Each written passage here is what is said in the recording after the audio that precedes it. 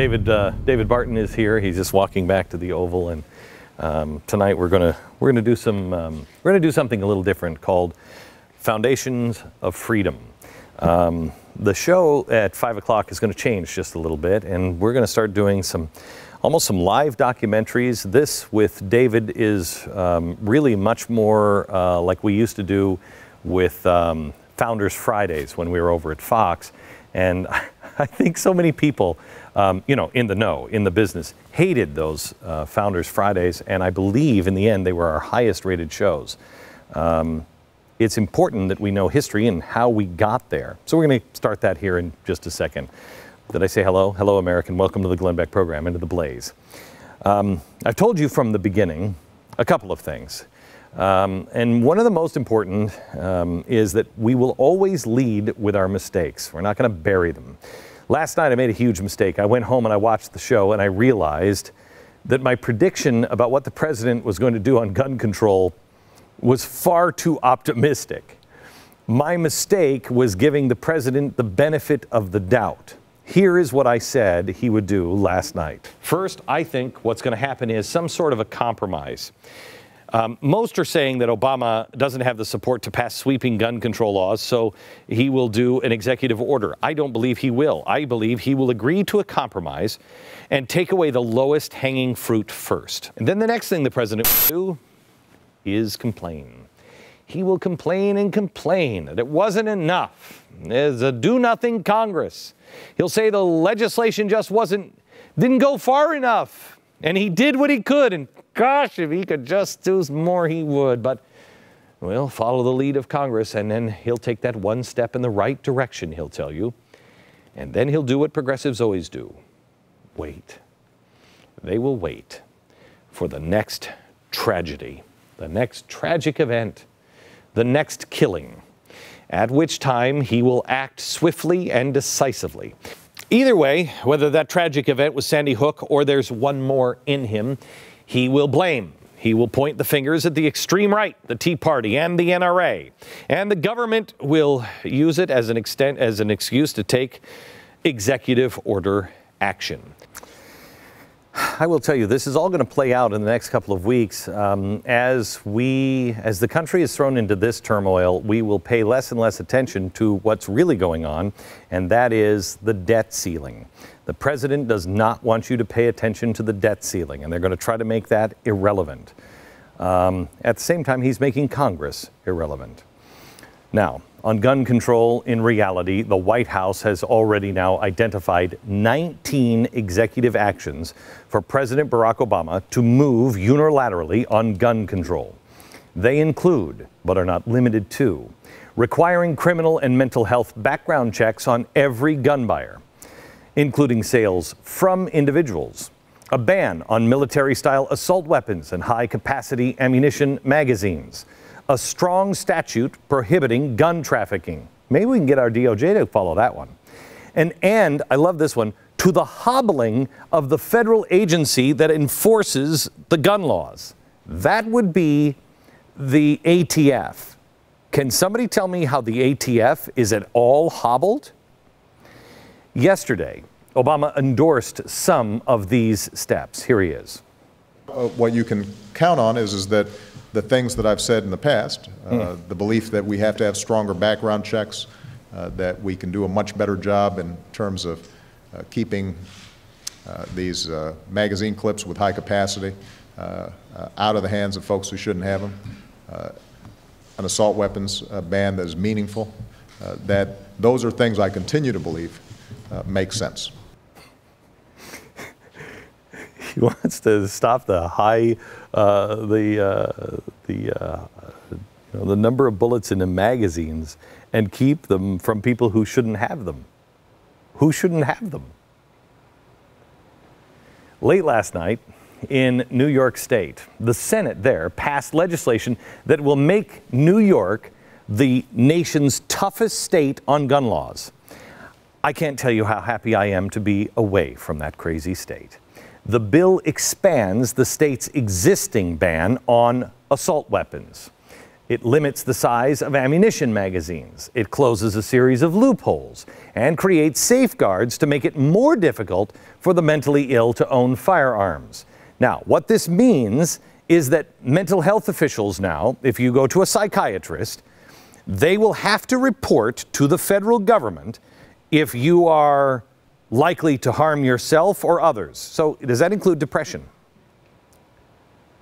Because that's likely to harm you. If you're taking Prozac, if you are receiving any kind of mental health treatment, your doctor now has to report to the government. The law enforcement will then be authorized to come to your house and confiscate any firearm. Now, this at the very least compromises patient confidentiality, and the law would infringe on the rights of gun owners, not only if you're the patient, but if you have somebody who is living with you who is deemed mentally ill. So if you're going and you are getting treated, now, because remember, what they're talking about now in New York is they're talking about actually going in and looking at the internet for future crimes to see if your son or daughter in high school is saying anything violent online. Future crimes. But if your daughter or son is saying anything violent online and they're going through depression, oh my gosh, we should lock them up right away.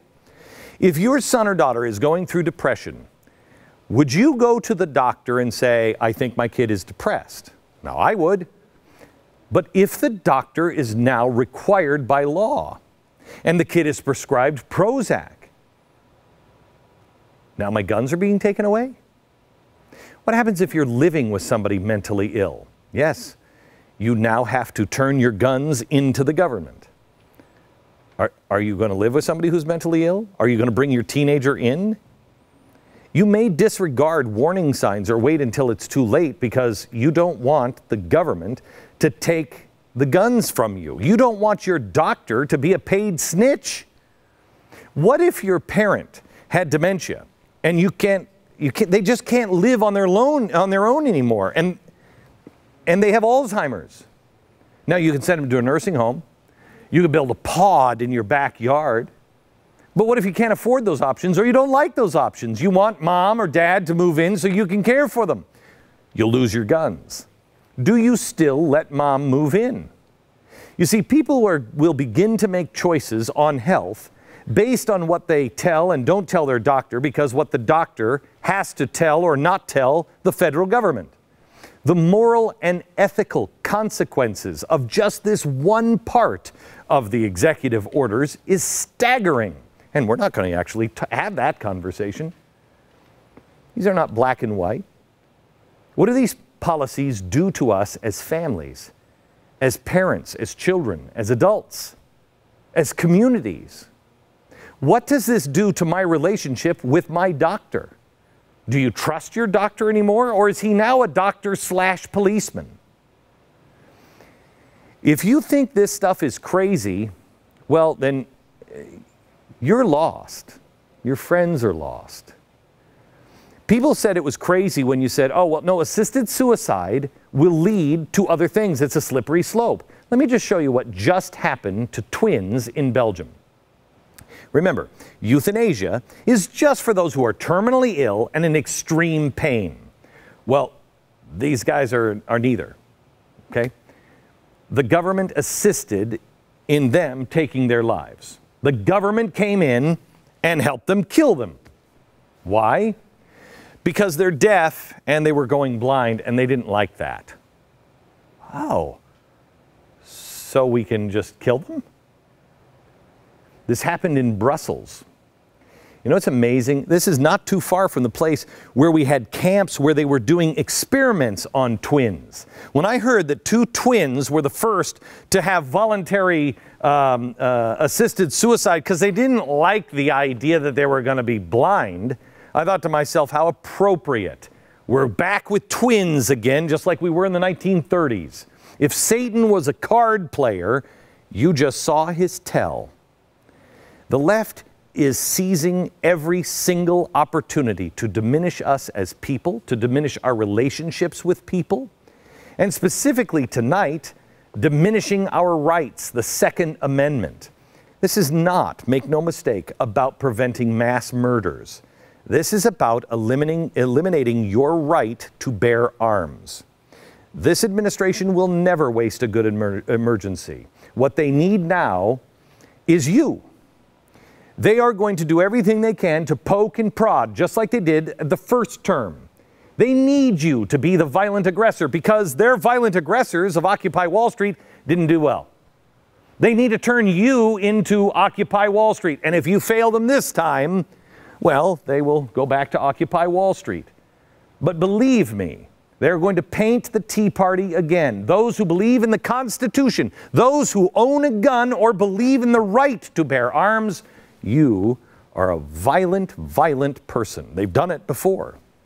Tea parties, birthers, patriot groups, militias. Their common cause, a raging hostility toward the elected government of the United States.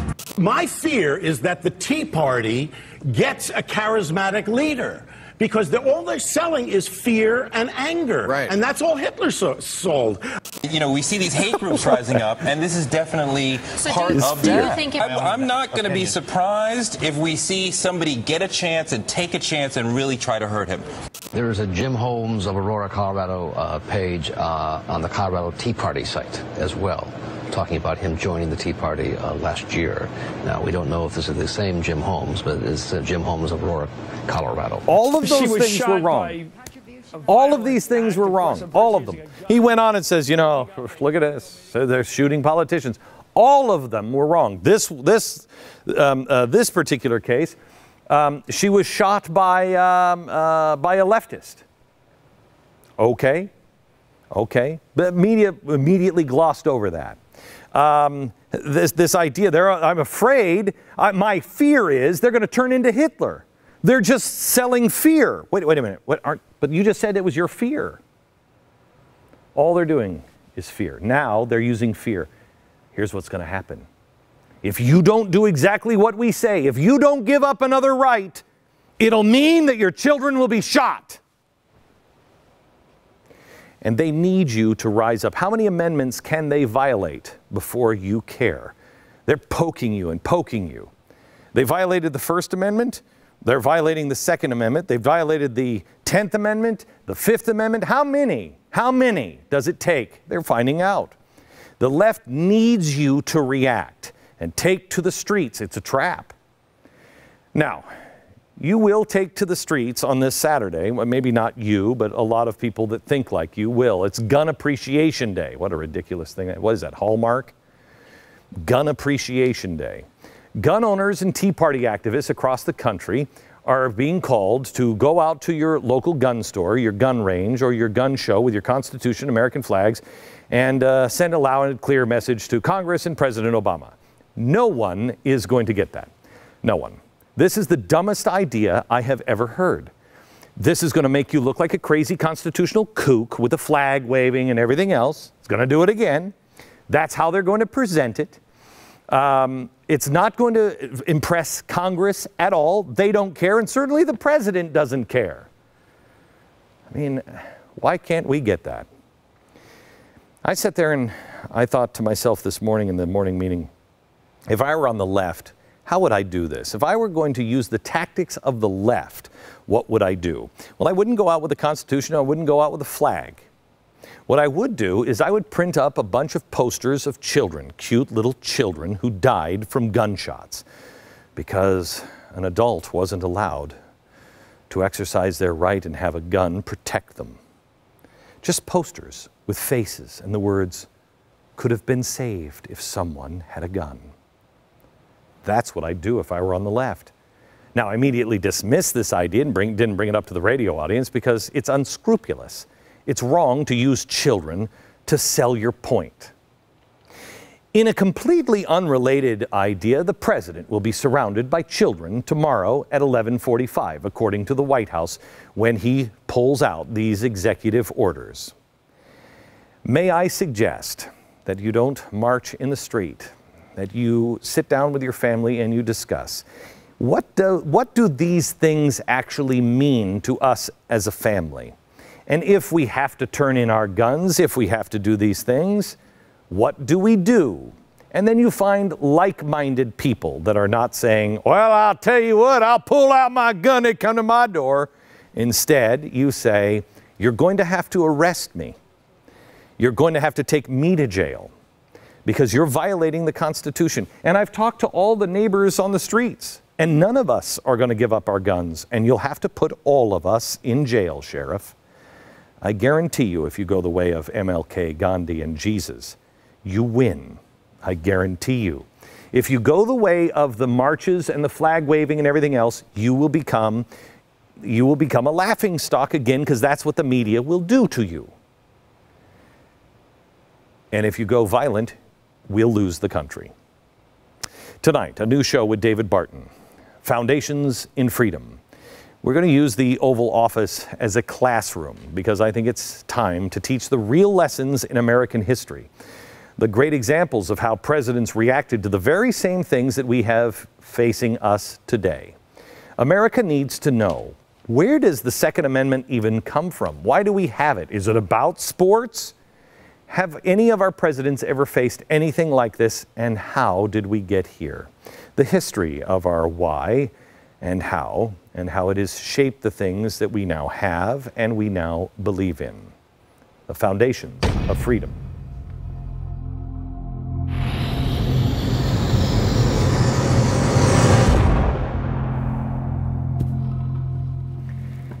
David Barton, founder and president of Wall Builders, author of The Second Amendment, Preserving the Inalienable Right of Individual Self-Protection. Do I have these books? I think I have these books right here. Little teeny books, easy to read. How are you, David? Good, man. Good to see you. Did you have a good Christmas? Had a great Christmas. Good. Yeah, great Christmas. So let's start here, David. Let's just start at the beginning on, I cannot find NASCAR in the Constitution. Can't find it. It's not about sports. It is about what? The Second Amendment. Principles. It's about a certain set of principles. And when you look at the Second Amendment, one of the mistakes we make is to separate the Second Amendment from the other amendments. Because whether it's the first, second, third, fourth, fifth, sixth, seventh, eighth, ninth, 10th, they all came from the same thought. And the same thought was you have a certain set of rights that have to be protected from the intrusion of government. Now, we've numbered them just for ease. The Second Amendment is no different from the Third Amendment or the Fifth Amendment private property protection or the First Amendment protection of religious conscience. It's an inalienable right. And that concept of that inalienable right, and all of those rights are considered inalienable rights. Okay, let me go, before we go to an inalienable right, let me go here on the 10. Is there a coincidence, and maybe there is, that there's 10 commandments and there's 10 in the Bill of Rights? Yeah, it is, because the Founding Fathers actually gave us 12 in the Bill of Rights. And so the original Bill of Rights was 12. The first two did not get initially ratified. One of them did, and it became the 27th Amendment back in '92. So 11 of the 12 initial ones passed, but the Bill of Rights, no. Okay, so these are things that they said, I will not be part of this unless we do these things. You have to promise you will never, ever violate these things. And an inalienable right, we hold these truths to be self-evident. That you were created. That all men are endowed with their Creator with certain inalienable rights. You were created and God gave you these rights. Yeah. Right? And so inalienable means that they were given to you by God and no one can take them away. That's right. Well, no one should take them away. And that was what made our government different, is our philosophy is everybody in the world's got God-given rights, but all over the world they get trampled on. All over the world governments trample those rights. What made us different was we said, we're not going to let government touch those rights. Those came from God. That would be like me coming into your yard and saying, you know, Glenn, your sidewalk I think is too narrow. I'm going to make it broad. I got no right to come into your yard and change your things. Since God gave those rights, government has no right to go into his yard and start messing with what he did. If he gave the rights, you leave him alone. That's what made us so unique. Was unlike any country in Europe, we said, hey, there's certain things that you don't touch because God gave them. Now, we'll mess with these enumerated powers, the 18 enumerated powers in Article 1, etc., but we're not messing with these things. They're off limits to government. That's what made us different. Everybody gets those rights, but not everybody gets to enjoy those rights. Did you have a right in the state to do any of those things? You did, because the Founding Fathers used a philosophy term that came out of the law books of the day that really went back into the 1300s, 1400s, 1500s, when they used the term in the Declaration, and they said, we're setting forth for the world why we're doing all this stuff. and they set the standard as the laws of nature and nature's God. That is a legal term, 8 words that comprises 2 ways that God revealed himself. One is through creation, the other is through his scriptures. Now, this is actually the legal book in which all that's contained. Blackstone's Commentaries on the Law, 1766, most famous law book of the day. So the founders used that because everybody knows what it means. It's a well-established term. It's been since the Magna Carta that we've been using this back in the 1300s, 1400s, 1500s. And it says, all right, there are certain things that come to you that are in nature, one of which is the right of self-defense. I'm a horse guy, I'm a cowboy, but I can have a great mare, great trail horse that I take everywhere. When she has a young foal, if I go in the barn, despite the fact I've been feeding her her whole life, if I go in the barn and start messing with that foal, I'm likely to find a hoof print in the middle of my forehead because there's something in her that kicks in and says, protect my young, this barn's my turf, you're not supposed to be on my, it just kicks in naturally. That's a law of nature to defend yourself. It's a law of the scriptures as well. So that's where you get the Second Amendment. You have the right to keep and bear arms. That's right. Because if somebody comes into your house, you have a right to bear arms. But let me go further than that. Now, I'm going to take it further than a right, because the guy who really did a lot of good work on this is a guy named James Wilson, signer of the Declaration and Constitution. Wilson's put on the U.S. Supreme Court with George Washington. This is the first American law book that was used in the first American law school. And so here's a guy who helped do all this stuff. And he says, not only do you have a right to defend your home, this is where we get the term castle doctrine. Matter of fact, let me just read part of what he says here. He says, homicide is required when it's necessary for the defense of one's person or one's house property. It is the great natural law of self-preservation that, as we have seen, cannot be repealed or superseded by any human institution. It comes from God. This law, however, is expressly recognized in the Constitution, and he said every man's house is deemed by the law to be his castle, and the law, while it invests him with the power, it places on him the duty of commanding officer of his house.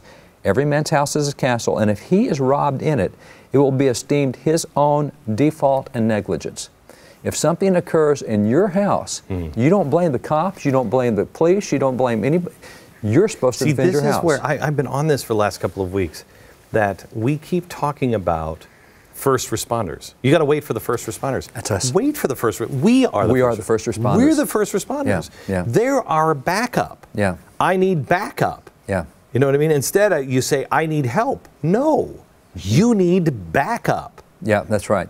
And they're supposed to be there to punish the guy after you take care of him if there's anything left. You know, once you catch a crook, and a number of times we know that happened. People have held people at gunpoint until the police get there. All right, they're the civil justice. They do the justice side. You don't do the justice side. You do the defense side.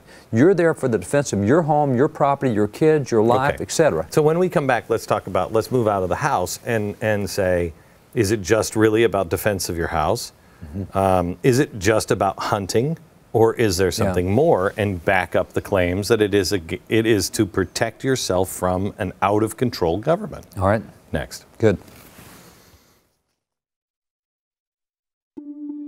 It is something you couldn't have envisioned a few years ago, but now you can have it in your home, printing objects in 3 dimensions. This is the future of technology. But is it a future we will be allowed to experience? Coming soon to the Glenn Beck program. How will businesses and the economy be affected when we can create our own goods? Does the Second Amendment still protect us when we can fabricate our own arms? What happens when what you can make is limited only by what you can dream? This Friday at 5 p.m. Eastern, only on The Blaze.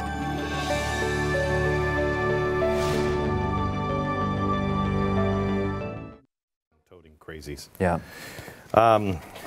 David and I are just talking about how NATO, I'm telling you, NATO will be a real problem if this happens. Going back to the timeline here, let's go to 1620 to 1776. Colonies enact charters and laws to protect individual rights of self-defense against any attacker. That includes the British government? Well, at that time, the British government was one of the reasons we got to 1776, because in 1770, actually 1765 through 1773, the Brits come in with all sorts of intolerable acts, coercive acts, prohibitory acts. You know, I'm not going to need a warrant to search your house. I'm going to get a justice to give me a blank warrant. I'm going to look in. If I find something I don't like, then I'll fill out the warrant, which is why we require to have warrants ahead of time. Not anymore. Yeah, well, that's true. That's true. Open warrants.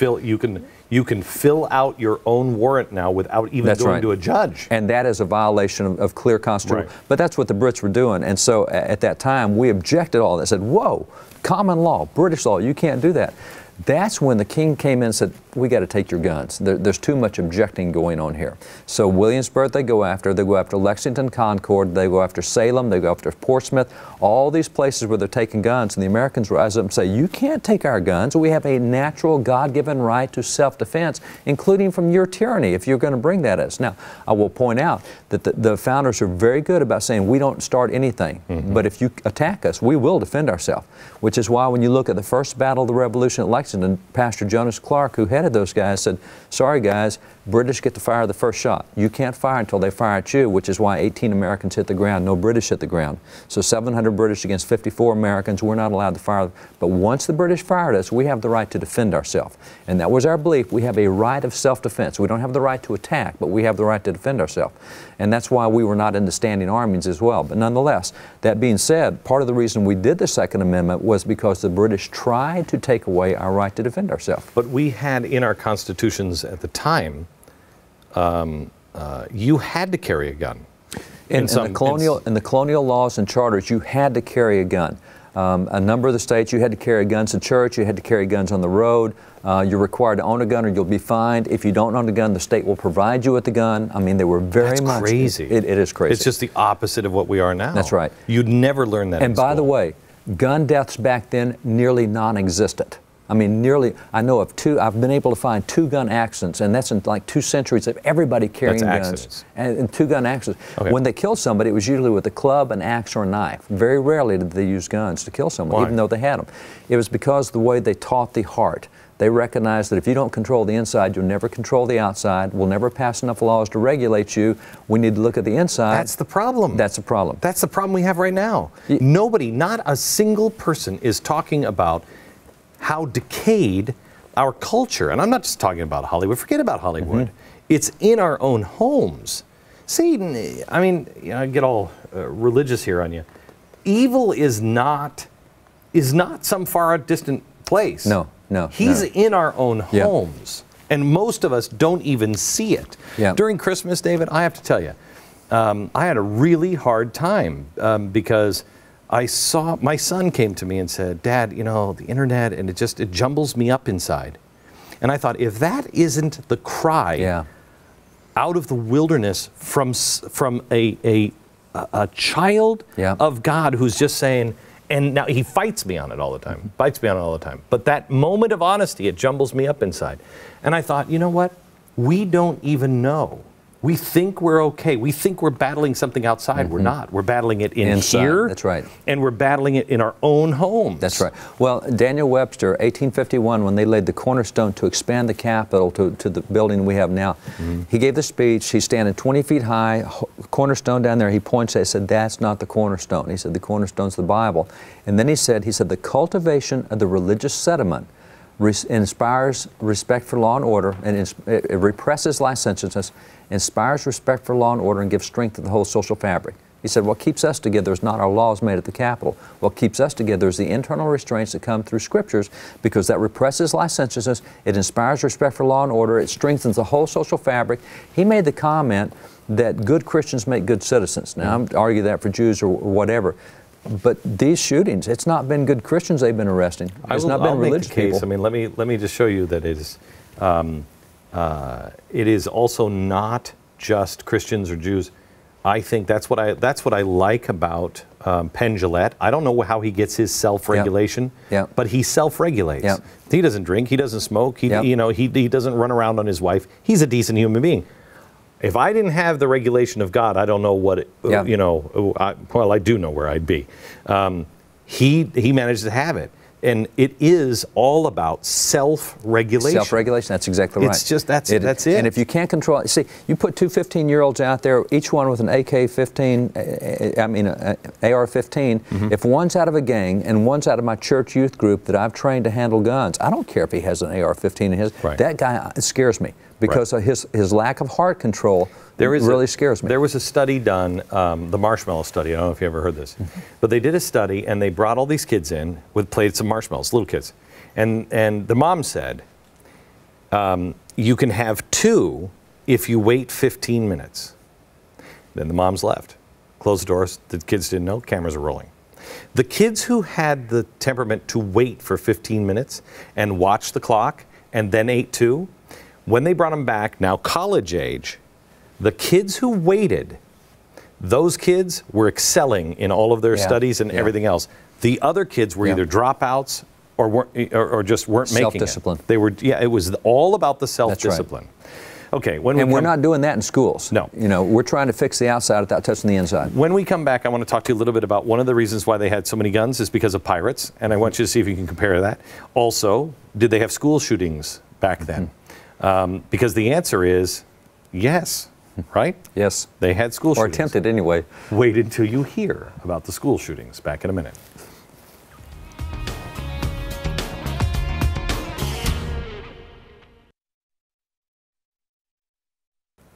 Okay. We got some stuff on the NRA that you are going to love in a minute. First, let me tell you that when America was first founded, you had to carry a gun. You said in some places you would be fined if you didn't have a gun because you had to defend against anything. Whatever. Government, could be pirates. Yeah. But we don't have any pirates now. No, not at all. We have no pirates. You don't have any lawless people that come in and try to take things that are not there. We don't have gangs. Wait a minute. Gangs in America is now the gangs in America comprise the 6th largest army in the world. The gangs in America are better organized than most of the armies in the world are. They're better armed, they're better equipped, they're better run, they're better financed. No, we don't have pirates to deal with today. Got it? 6th largest army, the gangs in America. And remember, gang membership in our military, according to Holder, is on the dramatic upswing. So they are well trained. Yeah. And some of the gangs that are coming from Mexico were trained by us and our CIA and our elite forces. These gangs have learned that they send their guys to boot camp, American military, learn how to run it, learn how to organize it, learn how to discipline, come back and impose that on the gang members, and they run the gangs like we run the American military. If there was let me just ask you this. If there was an economic meltdown and there was chaos, if you were up, because Mercury 1 was up for Hurricane Sandy, and they were on the ground, they had SWAT teams around the gas stations, and that's in the New York area, and that was a short-lived period. If you don't have guns and there's an economic breakdown, and you know that the government's not coming to everywhere because they can't afford to do it all the time, how do you survive against the gangs who are well organized and the 6th largest? The 2 examples. One is what happened in the Great Depression, because we had the economic meltdown, but we had such a common cultural value. Even atheists lived by the 10 Commandments. Atheists didn't take your wife, they didn't take your property. So everybody had. That's a great example. That's who he is. That atheist of the 30s. That's right. That cultural influence of, hey, we believe in the Good Samaritan, we believe in the Golden Rule. I'm not religious. But because of that, you had lots of poverty, but not much violence. Well, you had Al Capone and the gangs, but you didn't have the people violence. Right.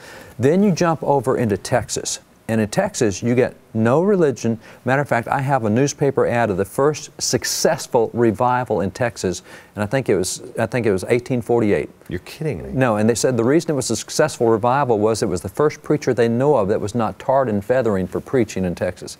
So that's what they call success. He didn't get run out of town. Wow. Now, in Texas, we had the Texas Rangers to enforce law and order because we had gangs, we had violence. My gun's bigger than your gun. I'll take it from you. You had the Wild West. We had the Wild West, and that's what Texas was because there was not the moral foundation.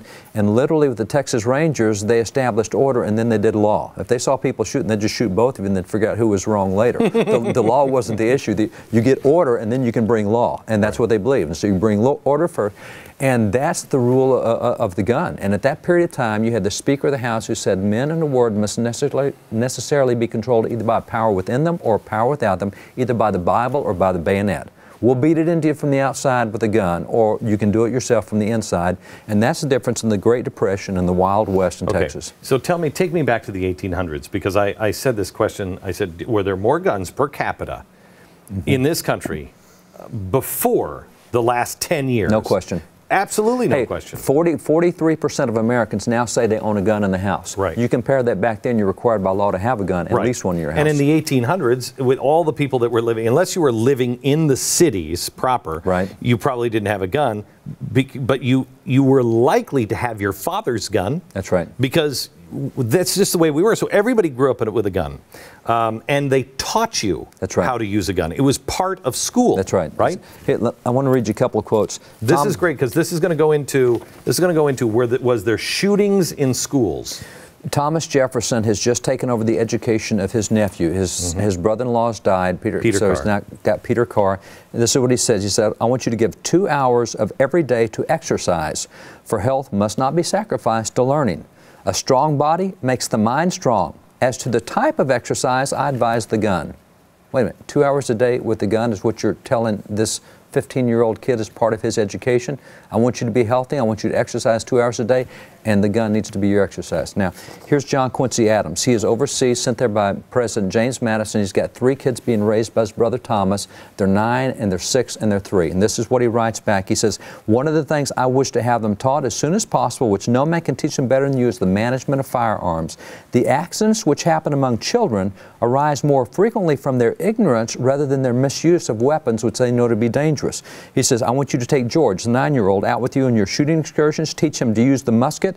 I want you to teach him the construction of the musket, the necessity and the prudence of handling the musket, and I want him also to learn the use of pistols and exercise him at firing at marks. Now, that's a typical education for a 9-year-old and that's at that not time. For hunting. That's not for protection. Hunting. That's for protection. Okay. And then Richard Henry Lee, he says, to preserve liberty, it's essential that the whole body of the people always possess arms and be taught alike, especially when young, how to use them. Okay, so quickly, you take us into the late 1800s. There are school shootings. There's attempted shootings. Yeah, they're not school shootings. Well, the gun's fired, but they're not fired the way we think. Right. The great example in the 1850s, you have a school teacher who's teaching a guy, and he's out in the West, a guy from New England has been searching for him, wants to kill him and find him. So he comes into school with his gun to shoot the teacher. He decides not to shoot the teacher because all the kids pull their guns out and pointed at him and said, you kill the teacher, you die. He says, okay, teacher lives. Real simple stuff. Saved the life of there was no shooting because all the kids, and we're talking in elementary school, all the kids pull their guns out and says, we like our teacher, you shoot our teacher, and there we'll wasn't shooting. Kids did not shoot each other. Oh, no. Again, 2 accidents I have seen in 200 years of everybody having guns. It just didn't happen. Okay, so now what I want to do is when we come back, I want to talk to you a little bit about the NRA. We'll do it quickly, talk a little bit about the history of the NRA, because this is really important. And then also, what have other presidents done in situations like this? Very, very interesting. Back in a minute. You know what I found interesting? Take over something that works.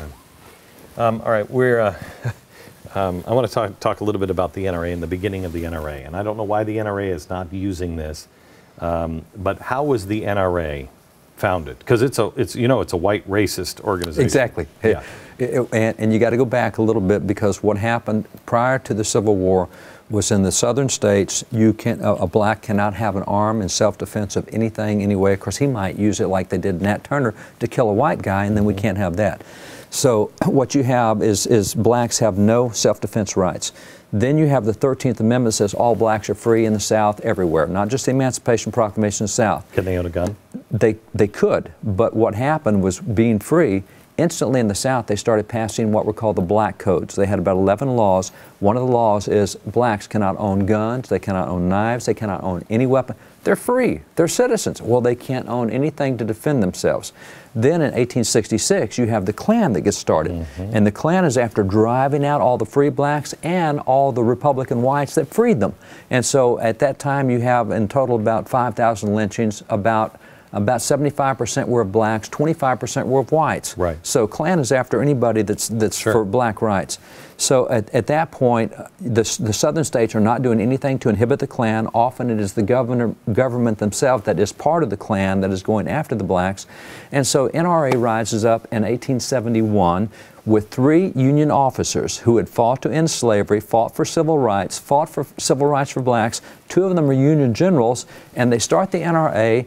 And part of the reason is they want blacks to be able to defend themselves individually, use their individual right of self-defense against the Klan, because the government's doing nothing to stop the Klan. Did they actually train people or help have? Well, what they said was, we want people to be proficient in the use of marksmanship and firearms. So if you're going to shoot a gun, don't shoot the wrong guy. You know, we're going to show you how to shoot guns. And it was a lot of the Freedmen's Bureau thing, because these people have never handled guns, they've never had education at all. So it's another step in helping get everyone to enjoy their Second Amendment right. Okay, when we come back, real quick, I want to just touch base. Do we have time now? Okay, it's good. So tell me quickly, first attempt at gun controls, not after Abraham Lincoln shot. No. Not after McKinley.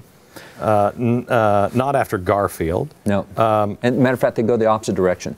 I mean, George Washington armed revolt. He had put down 2 of them. He never called for gun control. He just punished the perpetrators. Right. So Whiskey Rebellion, Shays Rebellion, you get Lincoln shot, never called for gun control. We'll take care of Booth and Surratt and all the others. 81, you get Garfield shot, never called for gun control. There was an insane guy, Guiteau, who did it. In 1901, McKinley gets shot, not a call for gun control. Matter of fact, the next Congress, they passed all sorts of laws to bolster the Second Amendment. The highest year of mass killings is not even in this decade or the last decade. No. It's 1929. That's right. Height of prohibition and corruption like crazy.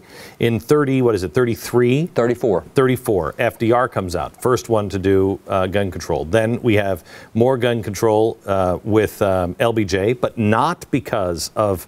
Well, actually, LBJ was. Because no, but he was not because of Kennedy. There was no cry for gun control under Kennedy, right? Well, no cry for gun control. It was 5 years later. But then after Martin Luther King, Kennedy, there was. MLK, Malcolm X, Robert Kennedy. Correct. 4 big guys went down. And then the assault weapons ban and the handgun control, that actually was started by James Brady. But the interesting thing is the guy who was shot and almost died on the table, Ronald Reagan. Yep.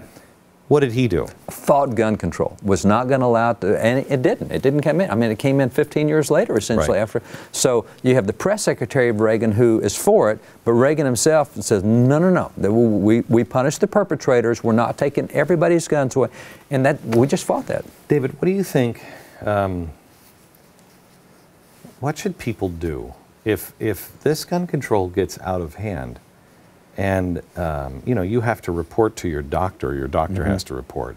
By the way, let me raise one. You mentioned background checks. Yeah. I'll point out to you, one of the things that's happened now is a ton of Christians are getting arrested for preaching or for whatever. That's a criminal record now. You have a number of pro-lifers who are arrested because they protest abortion clinics.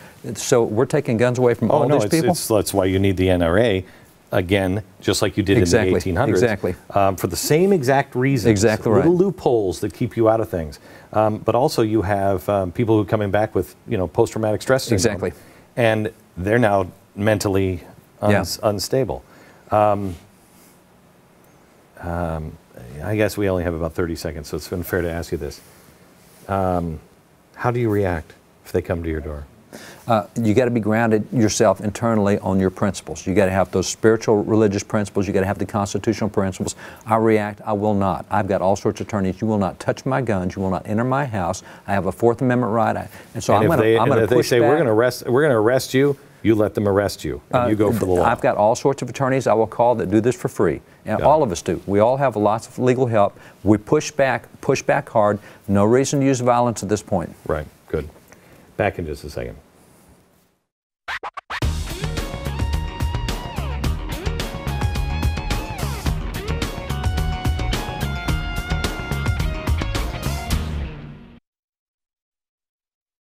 You know, one of the big things that we have going on in this country is everybody thinks they're entitled to something. Tomorrow, a new study that is out shows how entitled the youth feel and what it means.